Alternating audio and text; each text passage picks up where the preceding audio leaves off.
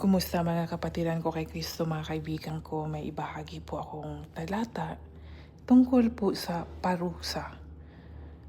Ayon dito sa Jeremiah chapter 4 verse 18, ang pag-uugali at masasama niyong gawa ang nagdala ng parusang ito sa inyo.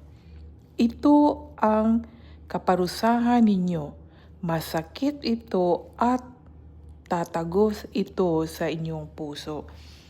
Ibig sabihin, may mga parusa na ang dahilan ay ang atin pong mga kasalanan, ang ating mga ginawang hindi kaayon-ayon sa Panginoon po. Kaya po, magbago na po tayo, taos-pusong magsisi at gumawa na po tayo ng mabuti, lumapit po tayo sa Panginoon.